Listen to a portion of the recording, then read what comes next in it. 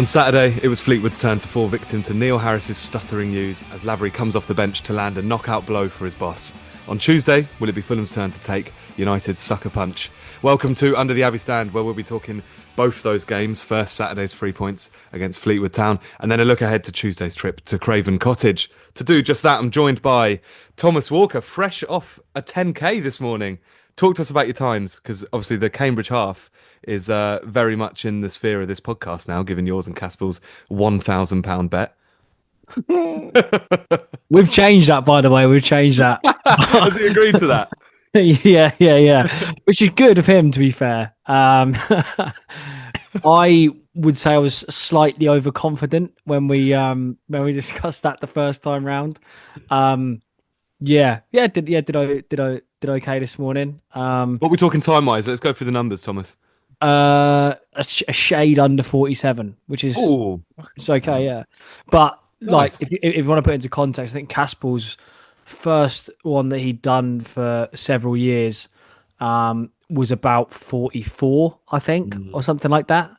And now we possibly see where I started to cack my pants a little bit. What have you changed it to now? Every minute he beats you, 2,000. 2,000. No, yeah. Do you know what? We haven't actually confirmed it, but Cass was basically good enough and enough of a gentleman to go, I'm not going to make you give me £1,000. He did say give it to charity first. I was like, it's not where it goes that's the problem. It's the quantity of it. So that's it. Yeah, nice to get around Shoreditch. In London, obviously, probably, you know, for anyone listening who spent the last few weeks up lampposts, hanging flags up, I'd probably say the wokest part of London.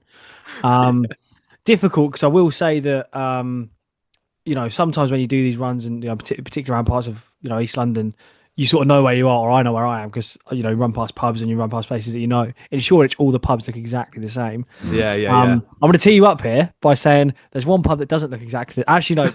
You've done it now. First. Look, you do the plug, Tom. You're there. Look. Yeah. There's one. There's one pub that is not identikit and is not, you know, still charming, of course, and that we love very dearly. But I'll let you introduce that. Maybe introduce the guy first. That's the Old Spring, of course. I mean, I was going to say something you could probably find in Shoreditch would be a skepasti, but it definitely won't be anywhere near as good as our sponsors, the Old Springs. Obviously, you can head down there, get £15 for a burger, fish and chips, skepasti, and any beer, or happy hour 6 till 7 now, which we were laughing a bit about yesterday because we each had different plans, but with the early kickoff, that happy hour sort of looms a bit large in the mirror, because you're like, oh, maybe go for one or two, and then you may as well wait for 6 till 7 and enjoy the happy hour, and it becomes quite a long afternoon. Speaking of putting flags up on lampposts, Jack Swindlehurst, how are you, mate? First appearance since the big protest last Saturday, right, Swindle? Well, exactly. Yeah. He was busy. Yeah, lucky he dodged the schedule last Sunday, didn't he?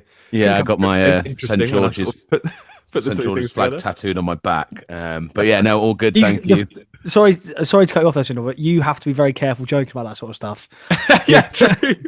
Because I know a couple of the tattoos that you've got, and I know the backstories to them as well, which makes me think that you saying that, happy enough to admit it live on air, could definitely be true. I feel like I should just clarify that my tattoos are crap tattoos. They're not in any way like associated with St George's flag. I just want to kind of make that clear. Sure.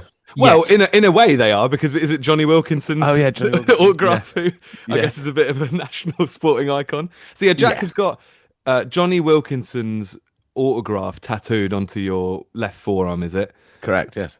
I'm going to put a challenge out to our listeners, of which there are a fair few, to give us the stories of a shitter tattoo than that. Sorry, that's a Freudian slip, wasn't it? Yeah. Let's see if we get anything in. I'd be intrigued. But how are you, Jack? Yeah, all good, thank you. Yeah, buzzing after yesterday's Saturday's good win, and looking forward to Tuesday as well. I was going to put you on the spot to attend. Yes, I was going to put you on the spot, Jack. You're a guy I come to for any sort of pun-related thing that I need, and I was wondering if you could help me out with the episode title live on the show with a Fleetwood Town-based pun, and I will give you the show to think about it, and we can wrap it up. Okay, I'll give you just to mull over. When Tom's giving you some lovely insight, you can just be thinking about that in the background. Great, thank you. Let's talk about the game then. Speaking of Fleetwood. Great 2-1 win. Very enjoyable second half, at least. All the goals coming in the space of about 9 minutes, I think. Tom, let's start with you, but I'd like to get both your takes on this. What was the most pleasing aspect about it for you? Because I think there's a few things to discuss here, but what's the thing that really sort of stuck out for you? I think I'll probably go back to what I said on the preview show as what I was hoping for and what I thought would be the best possible outcome, which is basically that we win the game first and foremost, but the winner is scored by Shane Lavery. Oh yeah, you did say exactly that. Fair play to you. Yeah, that's obviously exactly what happened. And I think in terms of what gives you confidence for the rest of the season, I genuinely don't think there could be a better outcome than that. So that's the first thing. I think the way that positive changes really kicked us up a gear as well. I think, and it's a bit of a frustrating one, in a way. And Harris referenced it in his post-match interview as well, that we obviously made the subs after an hour, the first hour or so, which was pretty so-so at best from both sides, not just from us, but felt like we had a decent amount of the ball in their half and struggled to kind of create too many clear-cut opportunities for open play, at least. There are a couple from set pieces, actually, which have become a bit of a theme. But, we didn't really manage to convert any of that possession into proper opportunities. And then you make the subs go two up top, and everyone's like, yeah, this is what we've been waiting for. This is fair play, like quite brave substitution to take us on. Like Brophy, who's performed pretty well this season. And obviously bring on Lavery. And then like 30 seconds later, the ball's in the back of your own net, and you're like, shit, here we go again. But like that aside, I mean, because that was obviously a bit of a freak and came from a bit of a mistake, as obviously we'll come on to. That change alone, I think, made us so much better. And I guess if you want to convert that into what the positive is, I think it's just the fact that we do have that extra gear. And I think we've felt pretty much all season like we've been okay. We've kind of been around about what you'd expect us to look like and sort of where you'd expect us to be in the table, and there haven't really been any results that have been too surprising. Maybe the Harrogate game drops out as the one game where you're like, really frustrating, got beat there. Oldham, you probably accept you come up against a good team and are obviously in a bit of a good spot at the moment. But broadly speaking, where we want to be, but you felt like there's a bit more to come.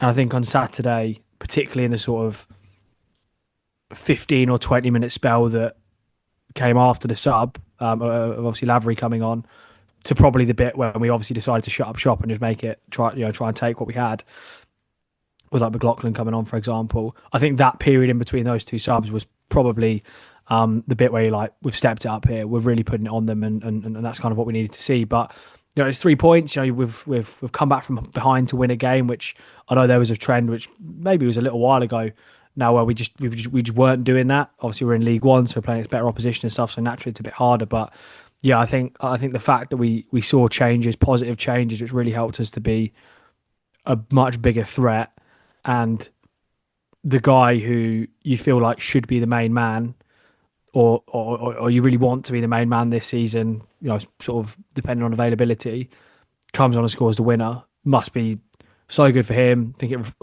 most of it reflects pretty well on Harris, as well as obviously the manager making those decisions. But yeah, just a really good afternoon's work, I think, overall.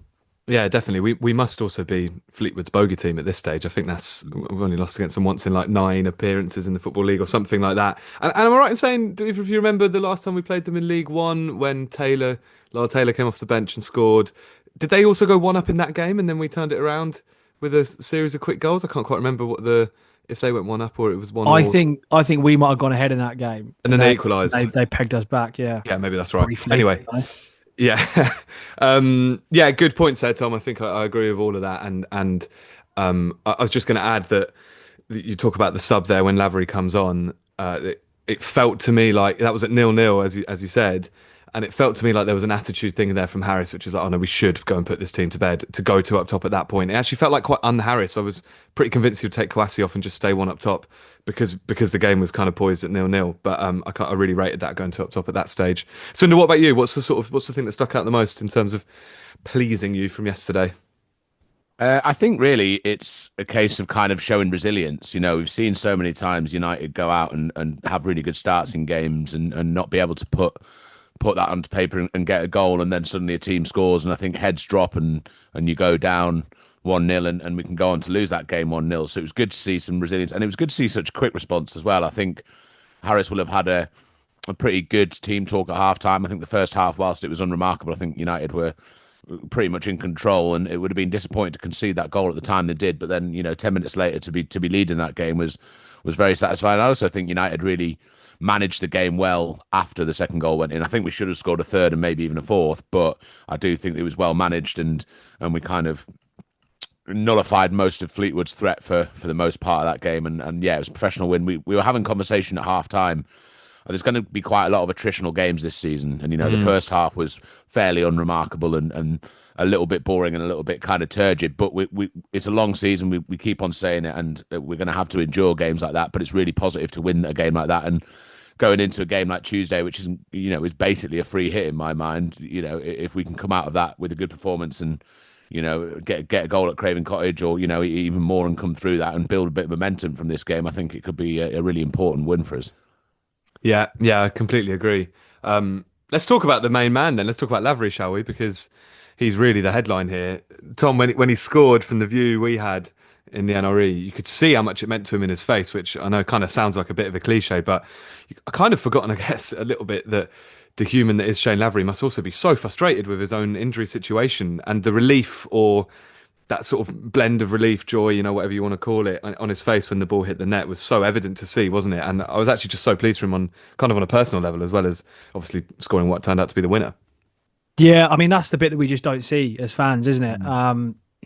And probably don't think about enough. I think, because like throughout all of last season, we were kind of bemoaning the fact that he wasn't there, wasn't available, and let's call a spade a spade. That's probably a big part of the reason why we are in this division. Really, is the fact that we didn't have probably our best centre forward available for 85-90% of the season, which obviously is kind of through no fault of his own, really, but probably poor planning above him.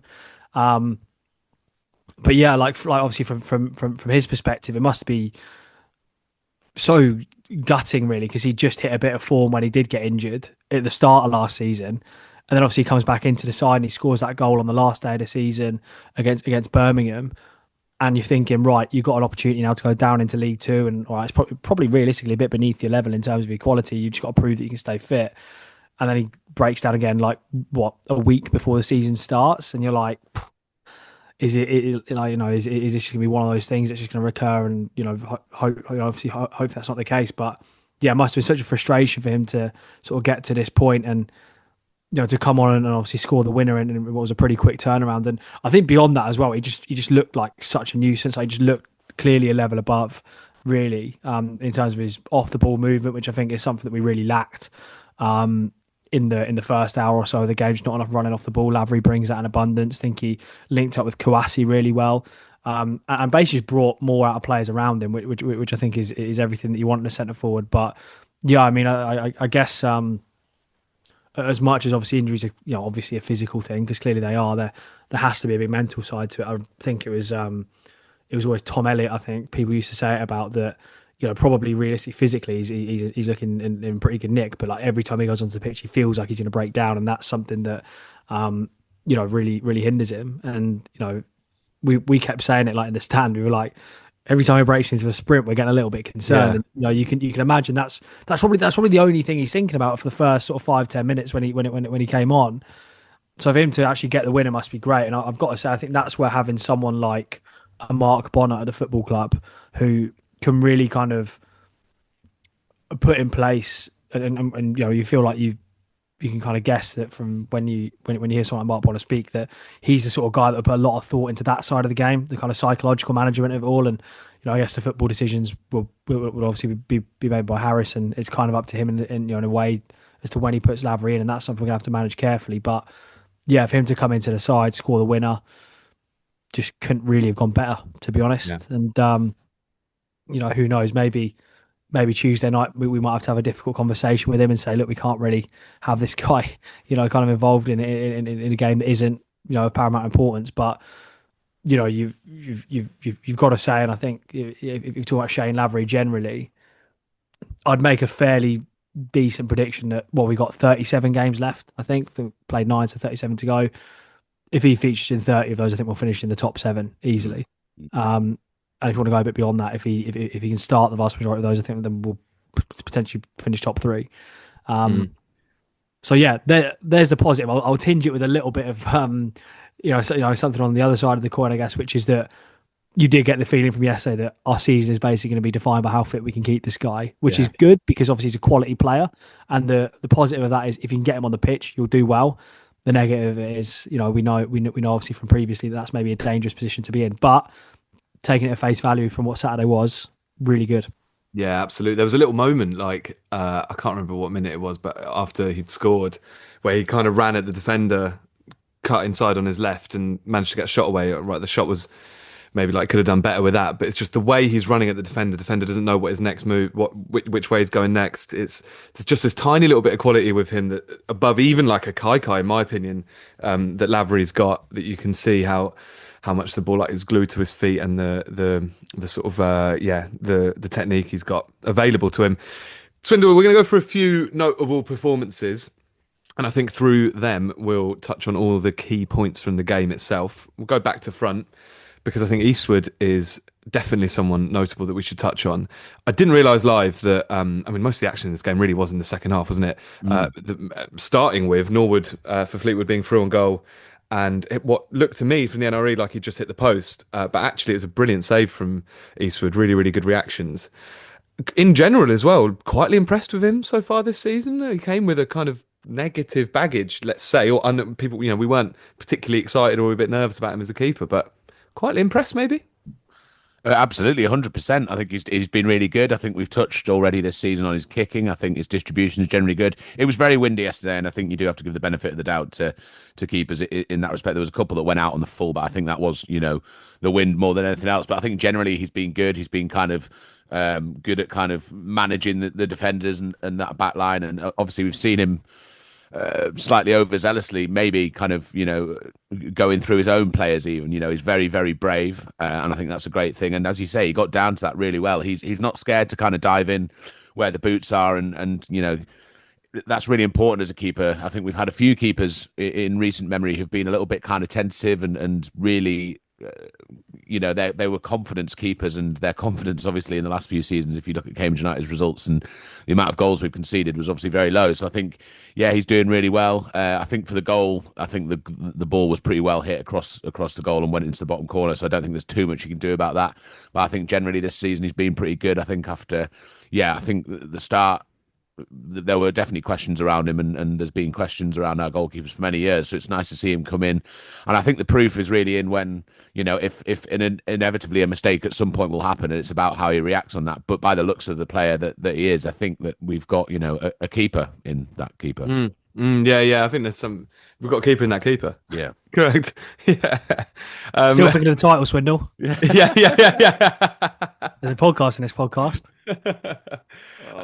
But I agree with everything you said. I think he's definitely impressed. Or let's put it this way: I think maybe my bar was quite low with him just from the reviews I've got from some other fans, and he definitely doesn't seem to be the disaster that some reviews we got of him seem to suggest. At centre back, Thomas. Let's have a chat about Kel Watts, who I think is someone you've been fairly vocal about. We got a question in from Chris. Was that maybe Kel Watts' best performance in a used shirt? Thought he was excellent aerially and kept Norwood very quiet, also very comfortable in possession. I'd agree with that. I think he's looking better and better each week. But I can't say it's his best performance when, unless I'm wrong, there was no thigh pass yesterday, was there? No. So no, there wasn't. There wasn't. Arguably, he might have passed the baton on to me on Wednesday night. But who knows? I've been vocal-ish of him. He's certainly not been the one that's taken the most heat. I'll say that over the last few years. But I was very careful to say that the jury is out on Kel Watts. Sure. But ever so slowly, I think that verdict is going to start to be returned. I think, he was really good. Particularly in the first half when it was a little bit more attritional. I thought, really dominant in the air. Like Norwood's a tricky customer to play off. Yeah. And particularly as, I guess if you want to come on to a couple of slight negatives a little bit later in the pod, but particularly as he was obviously playing on the left side of that defence, and I thought Purrington gave him absolutely no help at all. So he's kind of doing like the jobs of 1.5 people, I suppose, in a sense, because I thought Graydon absolutely had the beating of Purrington, which maybe meant Watts had to do slightly more than maybe he'd planned. But yeah, just really, really, really, really good performance. I think if you look at the sort of who scored ratings, I think he was actually our top performer throughout the afternoon. I think probably has been all season, really. So quietly, yeah, obviously, well, a really good performance. I thought against Fleetwood, but quietly having a very decent season overall as well. I think, and yeah, that's one that's good to see. 'Cause, I mean, a lot of the chat from me and from others pre-season was that the centre half looked like a bit of a ticking time bomb in a few ways, but you've got Job sat on the bench, and that's probably on merit, really, the performances of the other guys, which is a mad thing to say, bearing in mind like how highly we hold Mamadou Job's quality, basically. So yeah, a good afternoon for him. Yeah, absolutely. It's worth, in general, talking about the sort of attacking side of the pitch. I think to maybe group like Kai and Mayer together, Swindle, because I think that both in their own ways were really crucial in the turnaround. Kai's deliveries from set pieces was excellent. The touch he took just before, I think it's the first goal, the corner for the first goal, coming down from a height is so good. And Mayer as well, scores on his second start. It scored on his first. The three attacking players there of Kai, Brophy, and Mayer. It seems really dangerous, doesn't it, Swindle? I think there's a lot to like about that. Yeah, 100%. Weirdly, kind of Brophy had quite a quiet game yesterday, but I think that was because where the ball was kind of being dominated by those other two that you've mentioned. And I think, yeah, both had really good games. I think this is Kai's level, and I think we've seen that from the start of the season that he's going to be a real standout player, and he plays with a lot of freedom in this league. His level is actually probably between League Two and League One, but that doesn't really exist. So, I think it's great. League 1.5. Yeah, League 1.5, exactly. But no, he just looks really comfortable, and he's really thriving. It's nice to see him put in, a real shifting kind of week in, week out. Even when he's not having such a good game, he's working hard, and I think there were questions over that in previous seasons. So it's nice to see him really, busting a gut, and it's paying dividends. And as you say, his deliveries were fantastic, and it makes such a difference because we've had a few years of being a bit ineffective from set pieces in the most part. So it's brilliant to see that's like another kind of another way that we can get goals. And yeah, as you say, Mayer is absolutely, I think he's a cut above, and I think he's probably too good for League Two, but as long as we can have him on our books and get the best out of him, it's brilliant. I mean, his goal was exceptionally well taken. He's under a lot of pressure, and he gets it out of his feet really quickly and pings it in the bottom corner. Keeper doesn't even move. So I think, just to have both those players in our arsenal is absolutely brilliant. And I think Mayer could be such an important player if, like Tom mentioned earlier, if we're looking towards that top 7 or even top 3, those two players are going to be absolutely crucial in that, I think. Yeah, agreed. Yeah, Mayer just looks brilliant. He's got a hell of a throw on him as well, which is a bit of a weapon. It's quite weird that we don't use it on both wings, I think, sometimes. Is that something that's...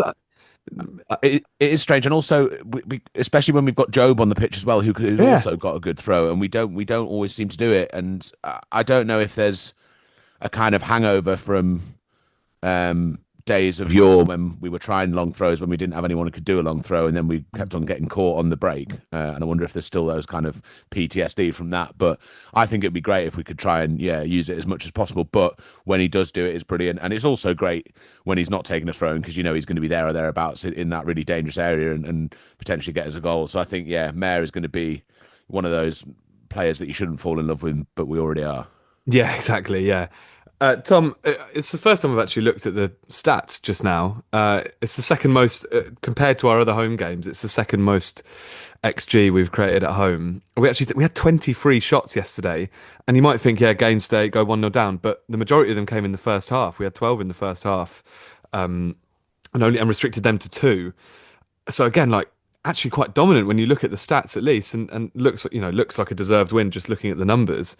Where does it rank for you in terms of a home performance this season? And obviously maybe take the opposition into account for that, because I think Fleetwood are absolutely like a decent side, probably top half side, I guess. That Graydon you've mentioned I think is a bit of a player, and they've got quite a bit of depth judging by what they brought off the bench. But where are you ranking that? And to go back to the first question I asked you of the pod, is there also a big positive here in there was a consistency, at least in performance level, from Grimsby last week, which I guess was the big thing that was missing for us. I refer to us as stuttering in the intro. And it felt like maybe there's a slight bit of continuity with the performance level at least. What do you think? Yeah, I think so. I think we kind of mentioned in the previous show about obviously clearly as ever the result is the most important thing, but in a sense, like if we drop points here but played really well, you'd almost be as pleased with like grinding out a 1-0 win sort of thing. So there is that. I think I'm presuming that the other the home game that's beaten it in terms of XG is probably Harrogate, is it? It is, yeah, but we Yeah. had less shots against Harrogate, but yeah, anyway. I think if I'm honest, I think that first 45 minutes against Harrogate, I think is the best I've seen us play this season. And it's so frustrating that we dropped points there because if we'd have beaten them like 4-0, you'd be like, brilliant statement win, and would have been well deserved, by the way. So I think in terms of like chance creation and actually how much we were able to dominate another team coming to the Abbey, I think that's probably the best period of football that I've seen. But having said that, with respect, it is also Harrogate, and you expect they're going to be sort of around the bottom 6 places in the division, whereas Fleetwood would probably rank a little bit higher than that. So probably because of that, Fleetwood's maybe a little bit better. For me, more than anything, like we were fine in the first half. Like we were okay without being, too much better than that. But for me, it's more the way that we were able to quite consciously just up the level that I think was most impressive. It wasn't, dominant might be too strong of a word, but the way that we were just able to make a simple tweak, like put another striker on the pitch, and all of a sudden we just grew. We were just so much more effective, so much better. Probably that 10 minutes is probably the best small period of football I've seen. But maybe we weren't quite able to sustain it the way you might like to, and probably because we didn't really need to. By the time we got ourselves 2-1 up, if we'd have gone on and added 3 and 4, like Swindle obviously mentioned earlier on, we could and perhaps should have done. Then yeah, I think it probably stands pretty clear as the best performance of the Abbey all season. But I just think that there's probably that Harrogate game is one where we've really managed to carve a team open more times, and that we dropped points against Harrogate and we didn't against Fleetwood. So that perhaps urinates all over everything I've just said. But yeah, I'd probably stand by it. Yeah, agreed with that. We'll come back at the end to have a little chat about the sort of state of the league, because we're obviously 9 games in now, so it's maybe close to being able to have a look at the standings properly for the first time and make a bit of a picture of it. But we've got to address some negative stuff, Swindle, which didn't want to obviously dwell on too much, because you win a game of football. It's obviously always good. Don't want to come across as being too downhearted or anything after what was a good afternoon. But we've had so many questions about central midfield that we've got to touch on this, and I'll get both your takes on it. I'll pick out a couple of questions. Well, I'll actually read out a couple of things, views that we got on Substack chats. Obviously, get yourself over there under theabbeystand.com. We've got a good little chat zone there where people talk about the game, a little message board type thing. Steve said, happy to get the win, but I'm still baffled by the tactics. Shapeless in possession still, as usual. And Panzu, again, miles off the pace. Looks laboured and lazy, Kachunga-esque, which seems quite harsh. Lack of aggression from the whole midfield until we went behind and McLovin came on. Rex, someone else also agreed. Anyone else agreed that McLovin needs to start ahead of Don Ball for a while? Swindle, I'll give you Chris's question that we got in on X. How does Mpanzu keep playing 90 minutes? Starting to worry that he might actually not be very good. What did you make to Pelly's performance yesterday? Yeah, pretty anonymous, to be honest. I think there's been a few opinions banded around on various platforms that we haven't really touched on Pelly being bad. And our podcast opinion isn't always a collective one. And I have mentioned quite a few times that I'm yet to be convinced by him, and I don't think he's playing well enough. I think he is way good enough to play in this team, but I don't think he's playing to anywhere near his full potential. I don't know if he's struggling to settle in or if he's struggling to adapt to a lower standard of football. Maybe even, he's been playing quite a higher standard for many years now, and he's come up through the league, so you think he should know how to play at this level, but he's not. And he's causing quite a few issues because it's such an important part of the pitch. I think he's just he's off it, and it leaves a big gap. And, when we're conceding goals, it was the other midfielder, Don Ball, who gave the ball away in the end. But there's big gaps everywhere. And having a player like Pelly Ruddock-Mpanzu, who is such a high-profile player and presumably high-paid, you can't really just afford to play players like that because of who they are. If they're not playing, then he needs to drop to the bench and as you say, bring on McLovin and give other people a chance. And it's frustrating really, because I do think it's his name and who he is that is getting him all these minutes and the constant starts. And I just don't think it's working. And Neil Harris is the bad cop to Mark Bonner's good cop, and I think he's the man who can put a rocket up a player. And if Neil Harris being in charge isn't giving Pelly the shake that he needs, then I think it's some bench time is probably what he needs. And I think that's harsh. Sorry, just to comment on that, I think that's slightly harsh on Pelly, to be honest, for a couple of reasons. I mean, one of them is the obvious fact that he's probably 6 or 8 weeks behind the rest of the squad, because he quite evidently had nothing that even resembled a pre-season. And actually, I thought particularly first up, I thought he was okay against Fleetwood. He faded a little bit. I'll say that, and I think part of that will be fitness, which will get better. But I thought he was okay. I think the difficulty is he obviously comes in with such a reputation, and that's through his own work. So in a sense, he's a victim of his own success because of that. But the type of player that I feel he is, I think what people are expecting is someone almost like a Wes, who's going to go out and win a game of football by themselves, almost. I just don't believe he's that sort of player. So you're always going to be left a little bit disappointed if that's what your expectation is. I especially feel a lot of the Pelly criticism is frustrating, because you should be aiming all of it at his partner, who has been well off the pace recently. And I think there is probably a bit of an expectation thing here, which is that you're expecting maybe too much of someone like Pelly Ruddock at the moment. I don't think he's been brilliant. Like, he hasn't blown me away. There's been a couple of performances where I think he's been exceptional. Colchester's one of them. I thought he was good against Charlton in the Cup as well. But yeah, I thought he did okay for about an hour, probably, and maybe the change in shape didn't help him too much, because he had to do maybe a little bit more work maybe than he had to when the midfield was a little bit more compacted with one less strike on the pitch. But I just think he's been okay.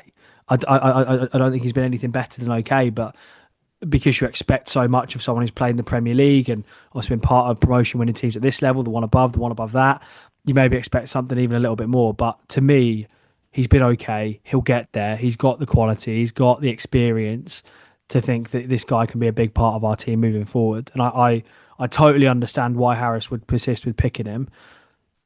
My question mark would be about who pairs him at this stage. The only counter to that is, I know Don Ball has kind of consistently played pretty badly, but yesterday he was in two really dangerous positions. He's hit the bar with a header, and he's missed an absolute sitter, but was in the right position. And I feel like they're both from set pieces, though. Where I'm not being funny. He's not getting into those positions in open play, and if he was, that's not what he's in the team for. No. He's in the team to keep things ticking over and be a bit of a protector of the back four. And against Oldham, he gives the ball away, which leads to a goal. Yeah. And against Fleetwood, he gives the ball away, which leads to a goal. That's him not doing his job properly. Yeah. I'm not sure that the criticism for Pelly Ruddock is quite as justified as what it is for Don Ball at the moment. Okay. But that said, I do understand why there is a little bit of frustration, maybe not seeing more from Ruddock. But realistically, it should all be on Don Ball. And you're right, he missed 2 sitters. I don't necessarily see that as a positive. Well, one sitter, the one that hit the bar probably isn't, but the one where he sort of heads it across goal should do better with. It's a very similar chance to one he missed against Cheltenham on the opening day as well, if you remember, similar position and should have scored that one as well. I think it's interesting with these two. I mean, we haven't mentioned the name Corey Smith yet, who is back Tuesday. I think Harris said he's going to be in the squad Tuesday, but he's going to get himself back to fitness over the next couple of weeks. I mean, what would you, both of you, next Saturday, let's forget Tuesday for a second because it's kind of a bit of an anomaly in terms of what team we play. Next Saturday, just assume for the sake of argument, Corey Smith's fit, ready to go. Who are you starting with? I'm going to go with Don Ball and McLovin.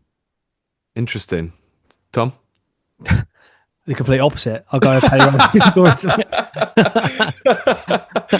I'll give you a mix. I'd actually, I know this is bizarre because I actually totally agree with all your criticism of Don Ball, Tom. I'd actually go Ball and Smith personally, and let Pelly. I don't know. I think I actually agree with everything you're saying, and I think he's kind of a victim of his own high standards. But I still not convinced he's impacting games in the way that he could. And I don't think it's a bad thing to to show that there's competition for his place and to make sure his standard that he sets himself to is at the highest possible level. I think it's a tough thing to go from playing in the Championship or the Premier League down to League Two. The stadiums are different. The whole atmosphere in the grounds is different. It would be understandable or I feel like it would be understandable for a footballer to not struggle to adapt, but to understand that it's a different type of match, if you know what I mean. And to go from playing, away at Spurs in the league to playing at home to Fleetwood, it might be that like he needs the rocket up his arse a little bit to because he's clearly got the quality. You don't have the career he's had without having the quality. So maybe the competition of Smith would do wonders for Pelly as well. I don't know. Maybe I'm wrong. I think. Hey, can we categorize this as a good problem to have, Yeah, or are we so. like we've bemoaned not having options? It's definitely a good problem to have. It's definitely a good problem to have because you've kind of summed up it being a good problem there by saying that look, the alternatives are you've got either Corey Smith, who again is a promotion winner from League One, who's played in the Championship extensively throughout his career, who should in theory be too good for this level, and someone like Shane McLaughlin, who has obviously captained the team at this level. And all right, it wasn't the best team in League Two last season, far from it, but he was still one of the better players in that team and clearly very, very capable at this level. The final thing I'd say, and I appreciate I'm coming across as a bit of a periodic fanboy here and almost not allowing any criticism of him. I'm a little bit cautious of the suggestions of laziness and things like that, because I'm not sure that's justified, and I don't think there's any justification for it. I don't think there's any there's no reason to think that that's the case at all. He's not Kachunga. Don't put him down to that level. I'd agree with that for sure. I think it's more like the impact on a game that I would criticise him for a little bit. And it's such a crucial. Also, and wider thing with both Ball and Panzu, and we've spoken about this since the first pod of the season, which is it's a good problem to have. We've got good depth in centre mid. Leads me to think that the one thing we'll be good at is dominating that area of the pitch. And like I think it's fair to say that yesterday we probably didn't, even though we were creative and we did. We just read the stats out. We found a way to do it, and we were very dangerous in set pieces. And there's other ways to, there's different ways to skin a cat. But I just thought that my impression of this team would be, we control the ball really well in the middle because that's where our sort of best players are.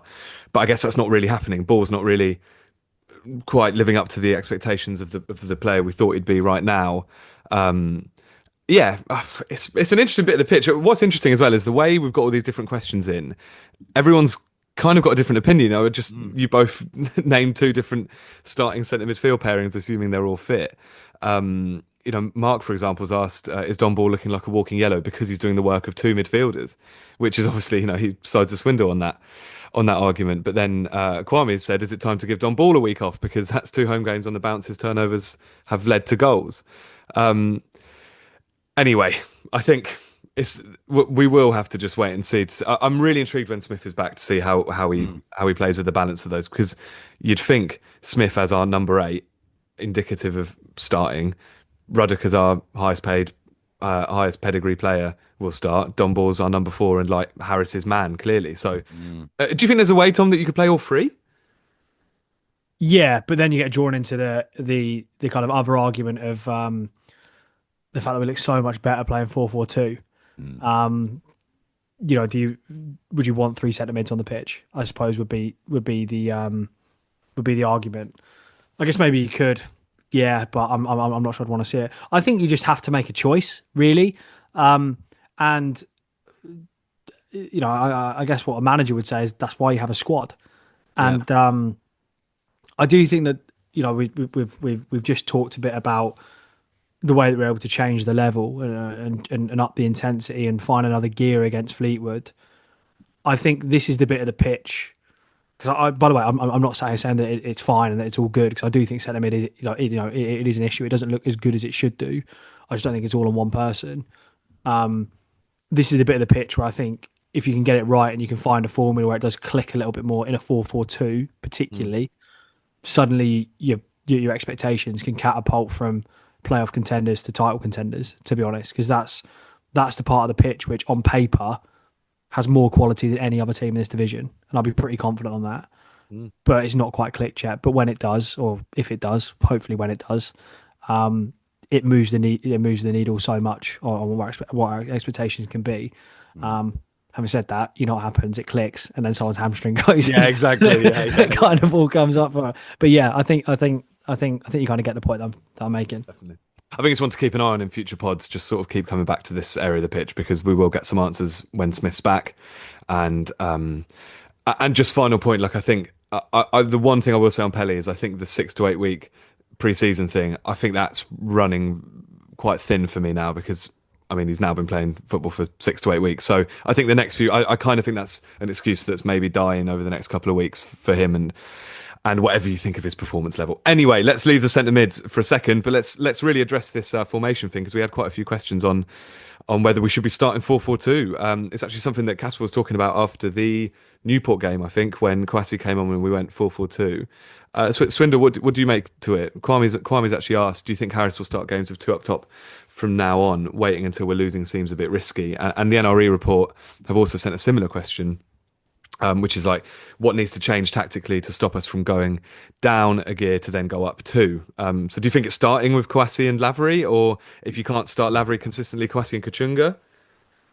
Yeah, I think I do really like the idea of, going completely back to the football in ages and starting 4-4-2. I think it works brilliantly. And I think we should not go over this point without giving credit to Kwasi. I think Kwasi had a really good game on Saturday. I think he was dangerous. He held the ball up well. He was very unlucky not to score on a couple of occasions. Such a handful, isn't he? Yeah, just a real nuisance up there. And yeah, a bit of a nightmare to play against. He actually won a header as well, which was good. He was getting involved there. So it's nice to see. And yeah, I think he's a really effective player and played really well on Saturday. And then, yeah, when Lavery came on, they looked good together. And I think we should be going for it. I think League Two is a very different kettle of fish to League One. And I think, going for it and trying it out would be good. Harris is quite, stuck in his ways isn't the right phrase of putting it, but he's quite true to himself and generally doesn't, mix things up too much. And there's been criticism for that.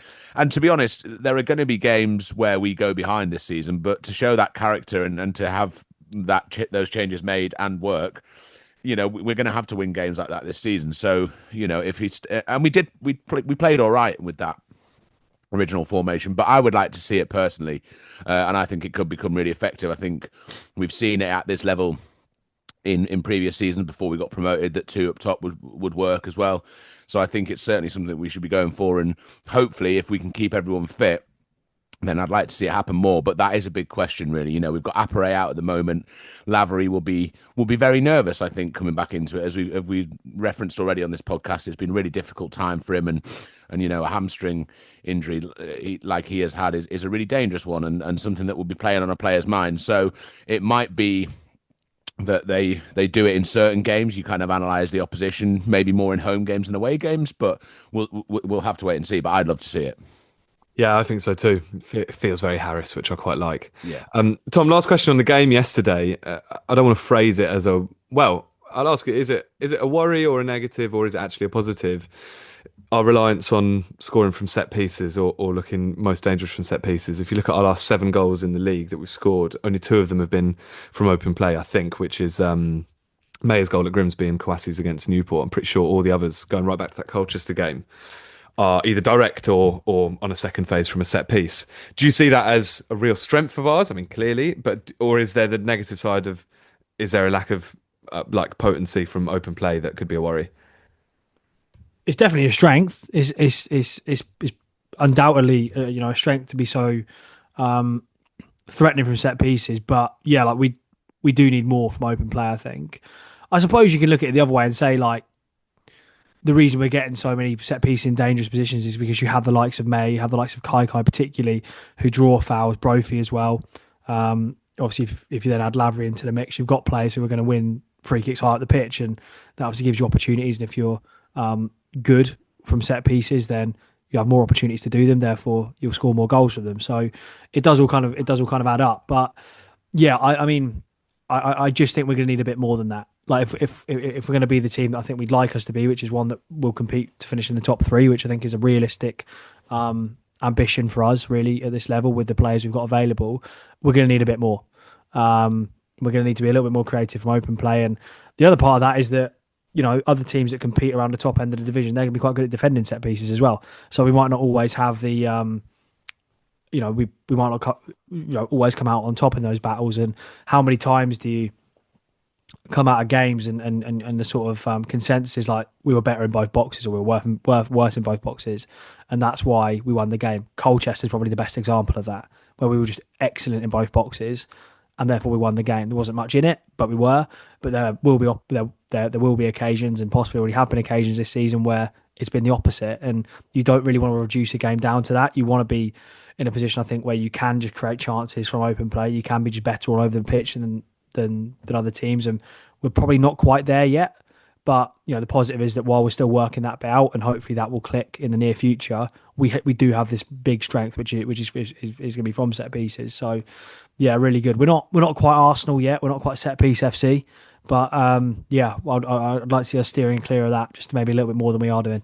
I think we were actually quite effective from open play yesterday. Like, I think if we had a bit more kind of killer instinct, we would have won that game by more. I think Kouassi's effort in the first half was well saved, and the volley in the second half was very well saved. And then I can't believe we didn't score, on the break near the end there. Oh yeah, just ridiculous to try and pass that across the bottom. We should have buried the game and buried that. But yeah, I agree with Tom completely. I think it would be great if we can try and find a bit more potency, and that'll come with time and confidence. And I think we're seeing Brophy, growing confidence. And you spoke about the importance of Kai and Mayer. I think they're three players that can really inspire us in that area. And yeah, I think it'll come with time. And I think we're embedded into League Two now. We've shaken off the kind of newly relegated team mentality, and now we're getting into it. And hopefully this can be the start of us really pushing on in this league. Well, speaking of that, let's wrap up this sort of league section by looking at the league table quickly. 9 games in, maybe start to take a bit of shape now. We're 9th, same level on points with Notts County, or 7th in the last place of the playoffs. We're trending, so it's 1.55 points per game. That's about 71.5 points. 71 points last year. You finished 7th, so we are kind of at the moment, by just our record, a playoff side. The underlying stats still excellent defensively. The second least XG conceded, second best in terms of XG conceded in the league, maybe a better way to put it.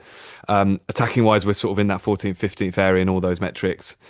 Tom, give us a grade for how you think the season's gone. Have we surprised you at all? Are we better or worse than we thought, or are we exactly the same?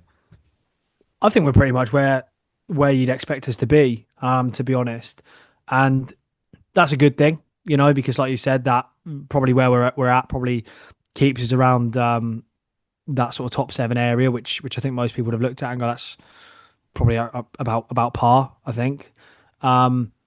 The good thing is, and the thing that gives me a bit of confidence is firstly what we've just discussed with the central midfield, that you feel like that's an area of the pitch that when that clicks, the level shifts quite a lot. And I think if you look at the early pace setters, there's 1 or 2 teams in there. I look at like Swindon, for example, that I don't know. I just kind of feel like that, and Gillingham as well. I'm not sure they're necessarily going to maintain the same levels. And are they playing to the maximum of their ability at the moment? And how long can that last? Whereas I think that our highest potential part of the pitch hasn't quite developed yet. So there's a lot more to come, I think, in that sense, or hopefully there's a lot more to come. And so while I've not been surprised or even that happy really with kind of what I've seen, I think we've been okay. Not loads more than that, but we've done what we needed to be a playoff team. I think that probably gives you confidence that we'll probably be a bit better than that, and we can probably compete to be one of the better teams in the league. That said, I know what League Two's like. There'll be like 12 other teams that think exactly the same. So it's maybe a little bit difficult to judge, but yeah, we've not surprised. I'll say that. How about you, Swindle? Yeah, I can't really disagree with it. It's fine. I think we're kind of where we need to be, and we need to push on. I think the start is fine as long as we get a bit of momentum and push on now. I think that's the thing. I think we've lost a couple of games, and the Harrogate game sticks in the mind. Tom raised it earlier. That's one of the games that's going to frustrate me if we miss out by a point or two this season, because that was just such a missed opportunity. But I think it's a good platform to build on. You know. Whoa! Sorry. Did a goal yesterday, buddy. Yeah. Can't be using language like that. Sorry.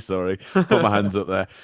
But yeah, I think it's fine, and I think it's going to be an interesting next couple of months in the run up to Christmas. If we can get momentum and kind of embed ourselves in the playoffs and higher, then it could be a really kind of promising 2026. Well, I look at the next three: Tranmere, Crawley, Shrewsbury, and just think, oh, it's an opportunity, and there's not a lot to be scared of, I don't think. So, yeah, agreed. Well, look, should we turn our attention to some cup action? Trip to Craven Cottage, along with 5,000 United fans to look forward to on Tuesday. Let's get a little preview first, because we got a bit of a special preview this week. Tom mentioned it on the preview pod. You might have seen our little teaser go out as well. But me and Tom had a chat to Marcus Speller, the host of the Football Ramble and Fulham fan.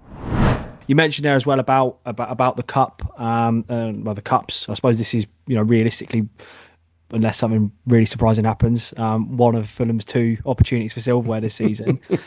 I mean, how do you view that? It sounds like clearly winning trophies, I guess, is what all fans want to see. But I mean, for you as a Fulham fan, I mean, how do you see this, and how do the club see it as well? I guess in terms of selections and whatnot. Yeah, you've got to treat it seriously. I mean, Fulham have made a couple of signings finally at the end of the window, and I think actually Fulham have got a decent squad. They can rotate a little bit, and present company accepted and acknowledged, they should beat Cambridge United. Like, do you know what I mean? Like, it really should be. Bit harsh, mate. But whether they will or not, because Cambridge, channeling the spirit of Grimsby Town, may well fancy the chances. Yeah. But if they've got to take it seriously, because you just can't slip up. And as you say, if you get a draw like this in the League Cup, it does present itself with a good opportunity to win the £10,000 prize money, whatever it is. You know, this prize money for the League Cup is really piss poor. Are you aware of that? That the winner of the League Cup, I think it's like they get 150 grand, something like that. Well, do you know what's funny? Like, even in the 2 rounds before this, like in the who we played Bristol Rovers and Charlton. Mm-hmm. Yeah. And in the press conferences before, our manager Neil Harris has quite openly been like, "Oh, we don't care about this cup. It presents hasn't he, Tom? He's literally just been like, it's actually like a hindrance more than anything, because there's zero prize money in it." Yeah. Well, Grimsby Town, I think, earned £7,000 for beating Manchester United. You'd rather have nothing, right? Surely, you'd almost rather. I mean, it's a and I night imagine out. a crate of Carabao as well. I imagine, to go with Possibly. it to sweeten the deal. I think basically, if you're Grimsby Town, you just look at that and go, do you know what, lads? It's all behind the bar. Let's celebrate. £7 grand. I think for Fulham, though, one thing I would say, which Cambridge should be quite worried about, is this new lad Kevin they've signed from Shakhtar, the Brazilian. To get him up to speed, he'll need a little bit of game time. He's been playing for Shakhtar, so I'd imagine he could feature, and he looks absolute dynamite, lads. I tell you, when I watched Fulham v Leeds on the weekend, and it was a real stalemate. Leeds did well, to be fair. They're going against a superior side away from home, and at any point on the road, generally speaking, I think it's a decent point, and I would largely say that for Fulham as well. Your newly promoted side, etc., etc. So they restricted Fulham, and they did a good job of that, and might have had a goal themselves. But really, 0-0 would have been a fair result. It's a free cone goal that wins it for Fulham. But Kevin, when he came on, he's that type of player where you go, oh, hello, we've got one of those guys now, have we? Now, it's very, very early days. I've seen him play football for about 17 minutes in total. But the dynamism, the speed, the eye for goal, everything, I just thought, oh, lovely old job. So I hope that he is unleashed against Cambridge United, and it's like the fox being let in the hen house, chaps, if I'm honest with you. but we shall see. So also as well, I mean, Fulham, Rodrigo Muniz is starting now up front. Raul Jimenez is on the bench. Not a bad. I know he's a little bit older now. Was he 34 or 35? But not a bad player to start in the cup. Do you know what I mean? If you want to give Muniz a rest and you want to have a bit of rotation, I mean, if Silva really wanted to run the Cambridge United fullback ragged, he could have Kevin on one side and Adama Traore on the other. Do you know what I mean? So the Fulham have got options. I mean, I'd imagine maybe Tom Kearney would start. You're talking about some solid Premier League operators for me. So I think that's what he'll do. I don't think he's going to play a load of unrecognisable names, but he'll pick a side that should win that game easily. It's one of those things that, yeah, of course, it's sort of a bit Haley's Comet stuff. If you're playing against a Premier League side and you're League Two, but with that amount of fans, and they'll make much more noise than the Fulham fans, by the way. You just got to keep them going for a bit. You get in at half time and the game's nicely poised. It's all those kind of cliches. Suddenly, it would be straight to penalties after 90 minutes as well. That's a good point. Yeah, which does favour the Football League sides against the lower league sides, and I think that was a good rule change all round, personally. So yeah, I mean, you never know. Of course, Fulham are heavy favourites. So I think this is, as a Fulham fan, I'm thinking this is probably going to be what they would want is, the kind of no injuries. Let's get the job done. The archetypal professional job kind of thing, and a comfortable 2-0 victory is probably what I would think. You keep your foot on the ball for most of it. You get a first half goal, add to that, and lovely old job. We didn't have to, as I say, do anything stupid. No bookings, no injuries. Respect your opponent, but make sure that it's never really in too much doubt. So I would go 2-0 Fulham personally. Thanks very much, Marcus. Obviously, absolute pleasure. Now, that's obviously a little snippet from the conversation we had. There's a full half-hour episode available for the Nutters, for Coconut Tier members. That'll be out now by the time you're listening to this pod. It's a great chat. We chatted about England, Fulham. Just the England national team, by the way. We haven't. We haven't translated what's been in the news recently into podcast form.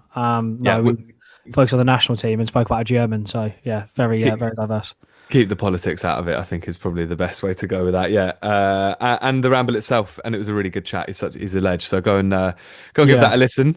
One in the eye for Max Rushton, probably, to hear his main rival previewing the game. He'll be even more disappointed. We've actually got Tim Lovejoy on next week to preview Tranmere away.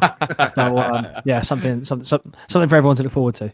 And obviously, Speller, the host of the best football podcast, as voted at the FSA. So sorry, Max. The thing is, what we can say is we know that the FSA awards typically get it wrong. So yes, that's true. That's one thing. Unless they're listening, in which case, do have us back. We're definitely worth a nomination. But yeah. How about the game, Tom? 5,000 United fans going to Craven Cottage. Cool, it's gonna be a hell of a night. Hell of an afternoon as well. Yeah. A hell of a morning after, I reckon. Yeah. Fucking hell, I'm not even thinking about the Wednesday morning. Anyway, I think, it's just one to look forward to, isn't it? And the mad thing is, unless we get properly drilled, unless we get properly taken apart, I don't think there's really any scenario where it's bad, where we're disappointed. And part of that is because it's Fulham and they're in the Premier League and they've got some players in there that clearly are going to be really difficult to handle. Obviously, Marcus particularly highlighted Kevin, who's not quite been starting yet, but sounds very, very scary indeed and might even make a full appearance on Tuesday.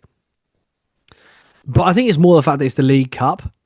And, I mean, in previewing this, I can't not mention the conversation that we had on the way to the game, Julian, which, but the thing about it now, it's even more remarkable. Clearly, it's the third round, right? I think I'm right. It's the third round. So if we progress that with the fourth round, aka the last 16, and we were like, well, League Two Grimsby is still in there, and we've just gone to Grimsby and given them a hell of a game. So if we get into the last 16 and we draw them, suddenly it's the quarterfinals. And then, you're only a couple of dodgy refereeing decisions away from maybe progressing even further. And then it's like, God, who knows? And then we started looking like, bear in mind, I was on the way to a League Two fixture against Fleetwood Town. we were like, what does the winner get? And we were like, pretty sure they get into some form of European competition. And then we started discussing who we'd like to get in Europe. and the bad thing was, it didn't stop there. We were like, you'd be a bit disappointed if you did draw a Scottish team or a Welsh team or an Irish team or something, because you want a proper away day. And we were like, hang on a minute, we're on the way to Fleetwood at home in League Two. We're not going to be in Europe next season, so don't worry about it. Just think You'd want to go to Budapest or Prague, definitely. Oh yeah, big time. Yeah, still obviously still available as an option, but just not to watch Cambridge, probably. But that's it. Look, it really is one to look forward to.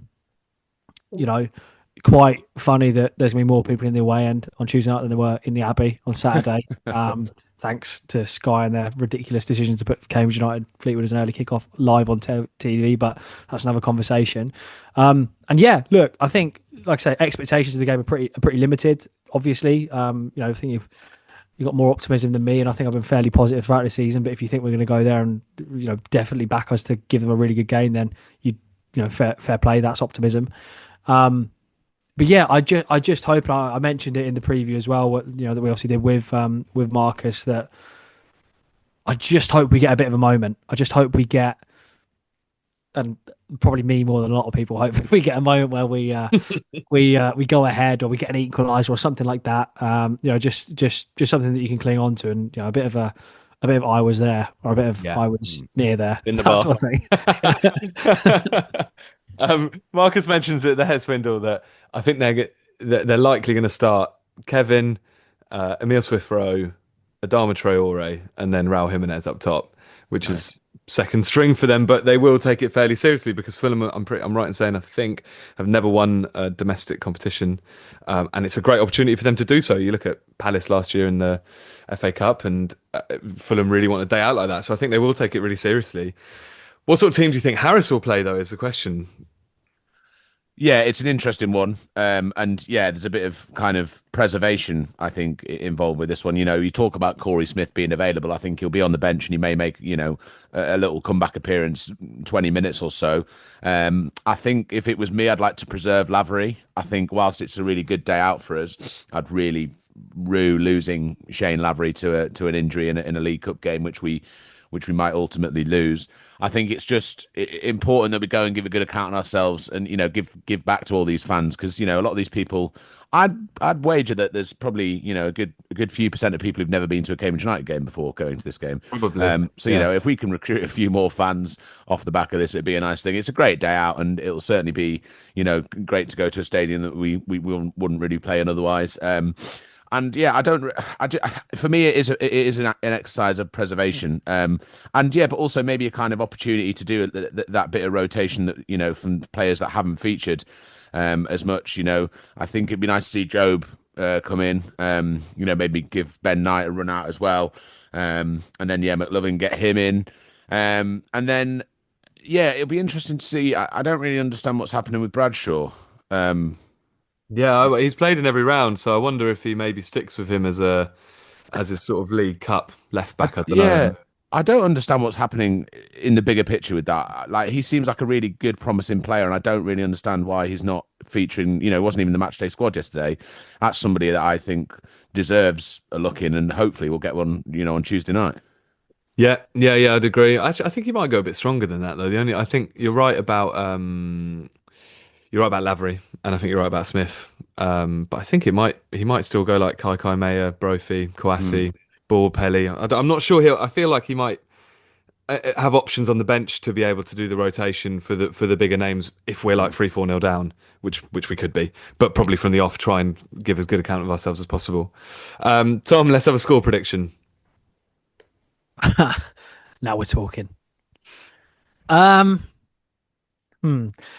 There are two very vivid possibilities for me. One of those is that Premier League Fulham turns up, and one of them is that FA Cup third round from a few years ago, Cambridge United turns up.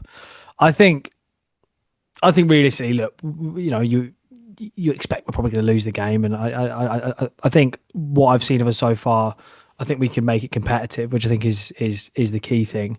I would like to think we're not going to come out on the end of a real battering, which is important, really, because that'd be a bit of a stunt in momentum. If you just put in a few good performances and that's pissed all over by getting dicked like 7-0 away at Fulham or something. I think I'll positively predict that I'll get my moment. I think we'll go ahead, but I think quality will show and we'll end up losing the game 3-1. Yeah, I've got 5-1, and I think we'll get our moment as well. But I think that's just there for us by the end of the game. Swindle? I'm going 2-2 and we win on pens.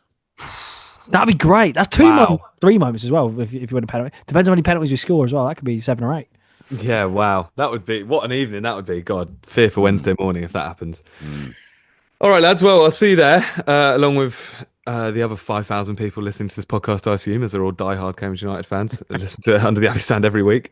Thanks to both of you. Thanks to the Old Spring. Thanks to the Coconutters, and thanks to Shane Lavery. Do you want my podcast episode titles? I forgot all about it, Swindle. Of course I do. Right. Yeah, I've been thinking long and hard. There's 7, and they're all absolutely rubbish. 7. See, that's So Thinking long and hard. I know exactly what's happened here. It's because there's 7. yeah. Thanks be to Cod would be one of them. Thanks be to Cod. Yeah, sure. Rubbing salt and then in brackets and vinegar in the wound. That's tragic. Tragic. Lavery's lovely lunchtime. There's a keeper in that keeper. Oh right, yeah. 2-minute turnaround. And then I've written Adam Mayer Rolls Royce. That one doesn't really work. I think that was an idea that I didn't really. Mayer Rolls Royce. I didn't really get just 2 words. Didn't really get very far with that. And then the last one is let's go cottaging. Definitely don't do the last one. Adam Mayer Rolls Royce. Is that by any chance one of those things where like you make like your I don't know, like your MC name by putting like your date of birth or like the birth month? It's just like footballer and favourite car or something. So the next one's going to be like Kachunga Volkswagen or something. Maybe that's the episode title, and it will look so confusing to anyone who hasn't listened yet. Thank you, Swindle. They're great. I'll make a call on that. They're not all great. Let's be very clear. Like we do have to retain some honesty on this pod. The one about what was it? Salt and vinegar in the wounds. That was shit. Swindle. That was absolutely yeah. You really let yourself down there, I think. Apologise right now to everyone that's listening, especially the nutters. They paid £5 a month to get that sort of content. Yeah, it's all good stuff.